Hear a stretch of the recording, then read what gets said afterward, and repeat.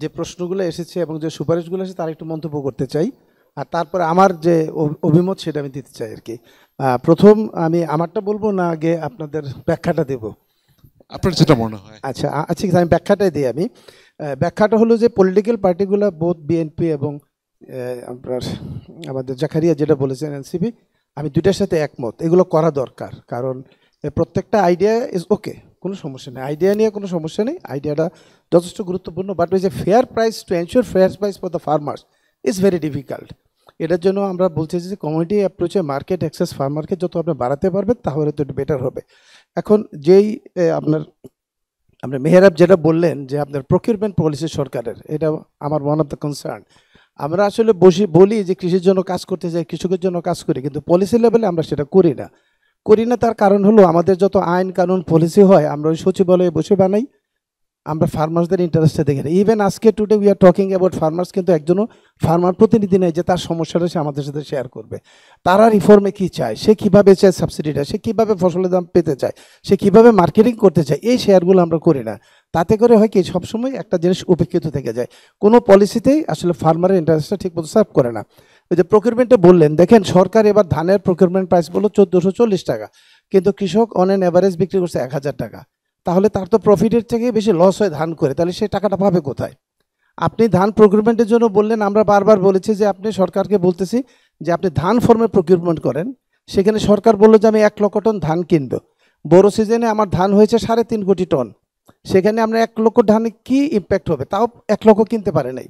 Last 15 years কোনো বছরই 25%-এর বেশি প্রকিউরমেন্ট করে না, কিন্তু একই রকম পলিসি বারবার রিপিট করে। আমরা বারবার প্রতিবাদ করি এবং আমরা বলেছি যে লোক ইন্ডিয়াতে 20% প্রকিউর করে মেইন ক্রপের ধান এবং গমের। ইভেন কলকাতা, পশ্চিমবঙ্গে করে 20% প্রকিউরমেন্ট, আমরা সেখানে 1%ও প্রকিউরমেন্ট করতে পারি না ধান ফর্মে। কিন্তু আমরা ওই মিলারদেরকে বেনিফিট দিয়ে কিছু চাল কিনি, এবং আজকে যেটা চাল আমদানির কথা হয়েছে সেটা আমরা মনে করি কোনো দরকার নেই, দেশে আমার যথেষ্ট চাল আছে, কিন্তু খাদ্য মন্ত্রণালয় ব্যবসায়ীদের স্বার্থে তারা এই চালটা আমদানি করতে চায়। সে যদি ওই সময় 50 লক্ষ টন ধান প্রকিউর করা থাকতো তাহলে আজকে আমার ধানের জন্য কার কাছে যাওয়া লাগে না, কিন্তু বললেই বলবে যে আমার তো স্পেস নেই, আমার ক্যাপাসিটি 20 লক্ষ টন, আমি কিভাবে করব? তাহলে আপনি 2 সিজনে করেন, 20 লক্ষ টন বড়োতে করেন, আমনে করেন, কৃষকরা বেটার প্রাইস পাক। এখন এই ফেয়ার প্রাইস এনশিওর করাটা খুব ডিফিকাল্ট। আপনি যদি কৃষকরে, সরকারি বলছে 1400 টাকা তার কস্টে প্রফিট হবে 1400 টাকা দাম করলে, তাহলে আপনি 1000 টাকা বিক্রি করছে, তাহলে আপনি কীভাবে কৃষকদের সার্ভাইভ করবেন? ওই যে একটু আগে আমরা সেশনে দেখলাম যে কৃষক কৃষিকাজে থাকে না, কেন থাকে না? এটা প্রফিটেবল না। এখন বাধ্য হয়ে মানুষ কৃষিকাজ করে, কারণ তার যদি অন্য কোনো গন্তব্য থাকতো তাহলে সে করতো না। সে বাধ্য হয়ে তার ছেলেকে জমি বিক্রি করে পিয়নের চাকরির জন্য শহরে পাঠায়, না হলে ওই ভূমধ্য সাগরে পাঠায়, তাও বিদেশ যাক, জমি বিক্রি করে যাক।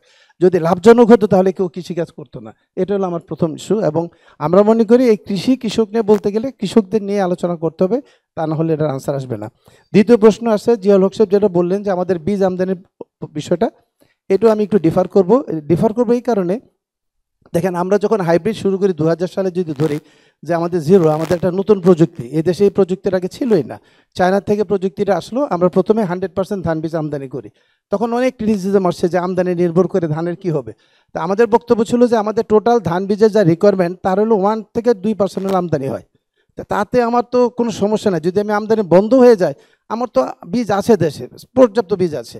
এবং ওই প্রযুক্তিটা লাস্ট 20 ইয়ার্সে এখন ডেভেলপমেন্ট হলো যে আমার রিকোয়ারমেন্টের 98% আমরা লোকালি প্রকিউর করি হাইব্রিড ধান বীজ এবং এক্সপোর্ট করি।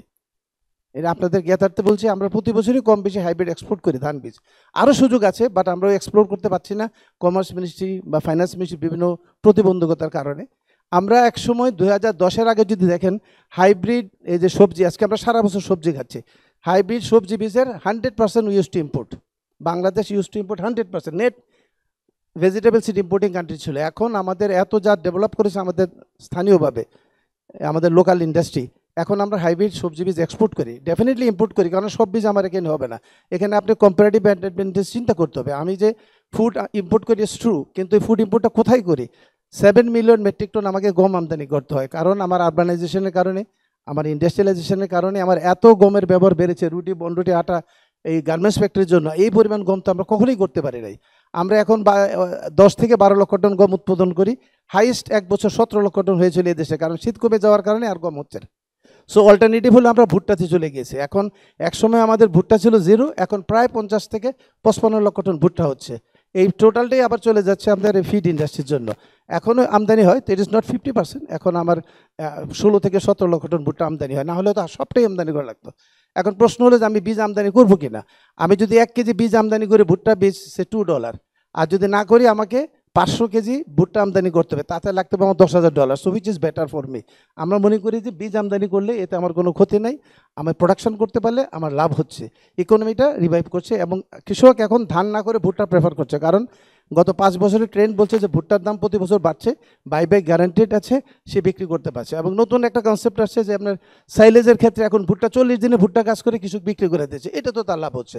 সো কৃষকরা আমরা কেন বেনিফিট দেবো না, কৃষক যেটাতে প্রফিটেবল মনে করবে সেটাই করবে। সেই জন্য এই ডাইভার্সিফিকেশন এখন নতুন মাত্রা হয়েছে ভুট্টা।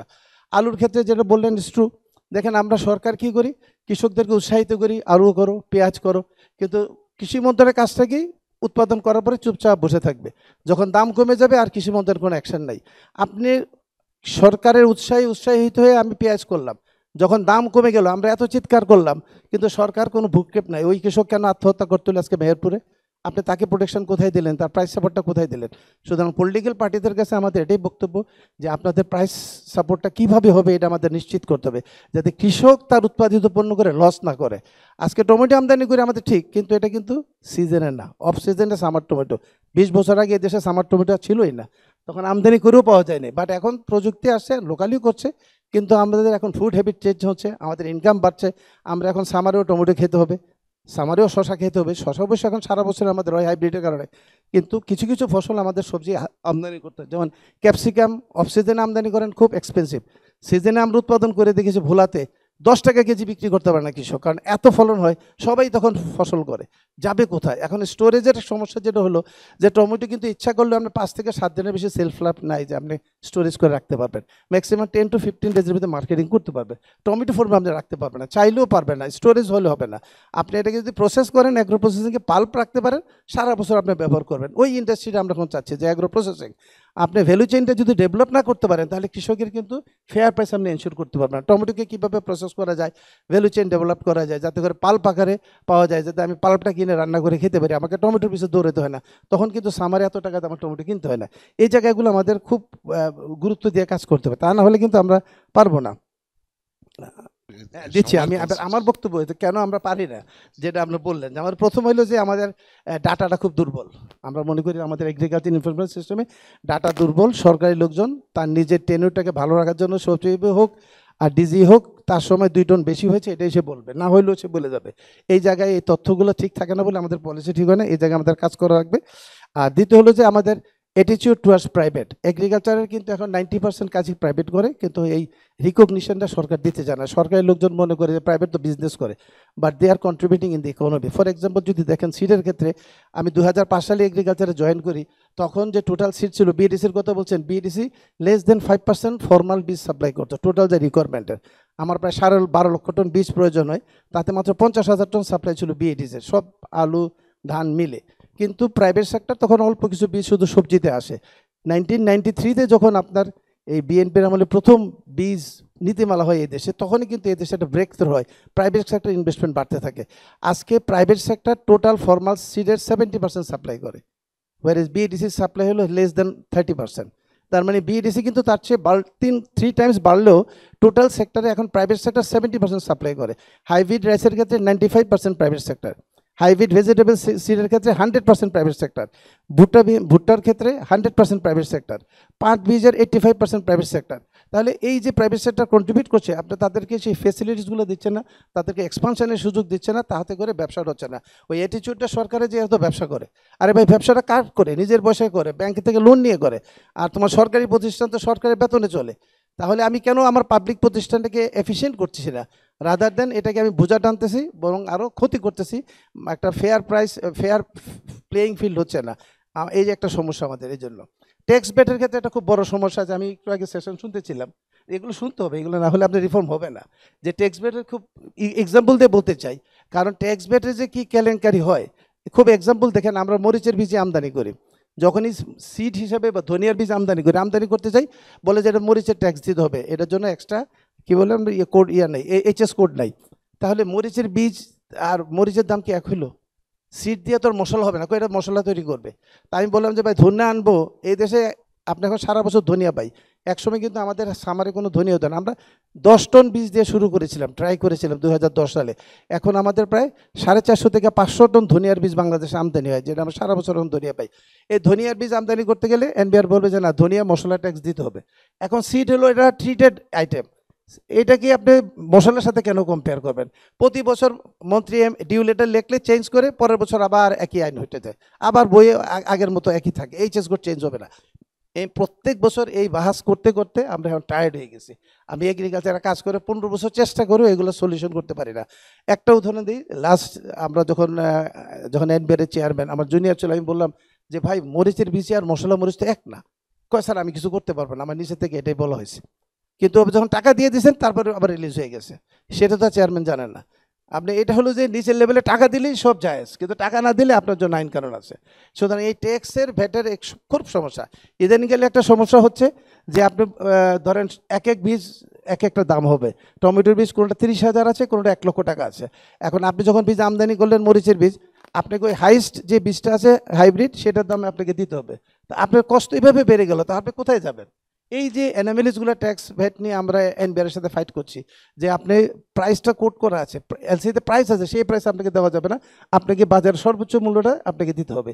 এতে করে ব্যবসায়ীরা কিন্তু খুব ক্ষতিগ্রস্ত হচ্ছে, আমদানি করতে পারছে না। আপনি আসেন যে ল্যান্ড ম্যানেজমেন্টে আমাদের সবচেয়ে বড় এগ্রিকালচার থ্রেট হচ্ছে যে ল্যান্ড ডিগ্রেড হচ্ছে, আমরা বেশি পরিমাণ চাষ করছি, একাধিক চাষ করছি, ফার্টিলাইজার ব্যবহার করছি। আমরা বলছি যে এতে ব্যালেন্স ফার্টিলাইজার ব্যবহার করতে হবে, পাশাপাশি আপনার অর্গানিক ফার্টিলাইজার বাড়ান। সরকার কিন্তু কেমিক্যাল ফার্টিলাইজারে 17,000 কোটি টাকা সাবসিডি দেবে, কিন্তু আমরা বারবার বলেও অর্গানিক ফার্টিলাইজার বা ভার্মি কম্পোস্টে 10 টাকা সাবসিডি আনতে পারছি না। তাহলে এটা সরকারের পলিসিতেই চেঞ্জ। আপনি যদি জমির উর্বরতা রক্ষা করতে চান, তাহলে তো আপনার এই চেঞ্জ করতেই হবে। আপনি ভার্মি কম্পোস্ট বা অর্গ্যানিক ফার্টিলাইজার সাপোর্ট দেবেন, সেই জায়গায় সরকার সাপোর্ট দেবে না, তাহলে আপনি কীভাবে আগাবেন? এই জায়গাগুলো আমাদের খুব ভালো করে দেখতে হবে। খুব সিম্পল উদাহরণ দেয়, হাইড্রোফোনিক্স নিয়ে সরকার পলিসি করলো, সবাইকে উৎসাহিত করলো, বিনিয়োগ করলো, সব ছোট ছোট এসএমই লোন নিয়োগ করলো। যখনই কাজ শুরু করতে গেল লিকুইড ফার্টিলাইজার লাগবে, সরকারের কাছে চাইলো, বলে যেহেতু পলিসিতে নেই, ফার্টিলাইজার তো আমদানি করা যাবে না, সব কটা প্রজেক্ট বন্ধ হয়ে গেল। তাহলে এই দায়িত্বটা কার? এটা একমাত্র বাংলাদেশের মতো দেশে সম্ভব যে আপনি ব্যবসায়ীকে উৎসাহিত করে রাস্তায় বসাই দেবেন, কোনো দায়িত্ব নেই, আমি হাত পা ধুয়ে বসে থাকবো। অন্য কোনো বিষয় হলে বোধহয় এরকম আমরা করতে পারতাম না। এই জায়গাগুলো আমাদের এখন মাথায় রাখতে হবে, মার্কেটিং সিস্টেমে মাথায় রাখতে হবে। প্রশ্ন আসছে যে কৃষক এবং কনজিউমার লেভেলের দাম বেশি কেন? ইট ইজ ট্রু, দাম বেশির প্রধান কারণ হলো বাংলাদেশে transportation cost too high, agriculture commodity transportation. এটা এই জন্য একটা বিশেষ ব্যবস্থা না করলে কখনোই ফুলকপি 10 টাকায় ঢাকা পাবেন আপনি কোত্থেকে, যেখানে 2 টাকাটা 10 টাকা পাওয়া যাবে না কেন? দ্বিতীয় হলো যে আরও বড় খারাপ হলো যে চাঁদাবাজি, রাস্তায় প্রতি মোড়ে মোড়ে চাঁদাবাজি। এই চাঁদাবাজি বন্ধ না হলে পাইকারি আড়ত বলেন, খুচরা বাজার বলেন, কখনই আপনার এই শস্যের দাম আপনার কনজিউমার লেভেলে কমবে না। ইভেন আপনার বাসায় যে সকালে হকারটা আসে, তারা জিজ্ঞাসা করবে ভ্যানওয়ালা যে ডেলি মিনিমাম 200 থেকে 300 টাকা তাকে চাঁদা দিয়ে হকার গাড়ি নিয়ে বেরোতে হয়। তাহলে এই টাকাটা সে ওঠাবে কোত্থেকে? আমার আপনার কনজিউমারের কাছ থেকে। এই সুশাসনটা যদি আমরা প্রতিষ্ঠা করতে না পারি, তাহলে এই জায়গায় কিন্তু আমরা কাজ করতে পারবো না। আরেকটা হলো যে আমরা বলছি যে পেস্টিসাইডের কারণে ফুড আনসেফ হচ্ছে, কিন্তু আমরা বায়ো পেস্টিসাইড, বায়ো ফার্টিলাইজারকে প্রমোট করছি না, সেখানে কোনো সাবসিডি নেই, কিন্তু পেস্টিসাইডের সাবসিডি দেবেন, সেখানে তাদেরকে উৎসাহিত করছেন, কিন্তু আপনি উল্টা কাজটা করেন। এই জায়গাগুলোতে আমরা মনে করি যে এই জায়গাগুলোতে যদি কাজ না করি, তাহলে আমাদের ডেভেলপমেন্ট হবে না। আর সবচেয়ে বড় কথা যে সরকারি লোকের অ্যাটিটিউড টুয়ার্ডস প্রাইভেটটা খুব নেগেটিভ, এই জায়গাতে বেরিয়ে আসতে হবে এবং এমন কিছু করতে হবে যাতে করে প্রাইভেটরা ব্যবসা করতে পারে, সেই এনভায়রনমেন্ট দিতে হবে। কারণ এফডিআই হবে কোত্থেকে? অনেক প্রতিষ্ঠানকে আমরা এনেছি, আসার পরে কয়েকদিন ঘোরাঘুরি করে চলে যায়, বলে যে এই দেশে ব্যবসা করা যাবে না। ধন্যবাদ।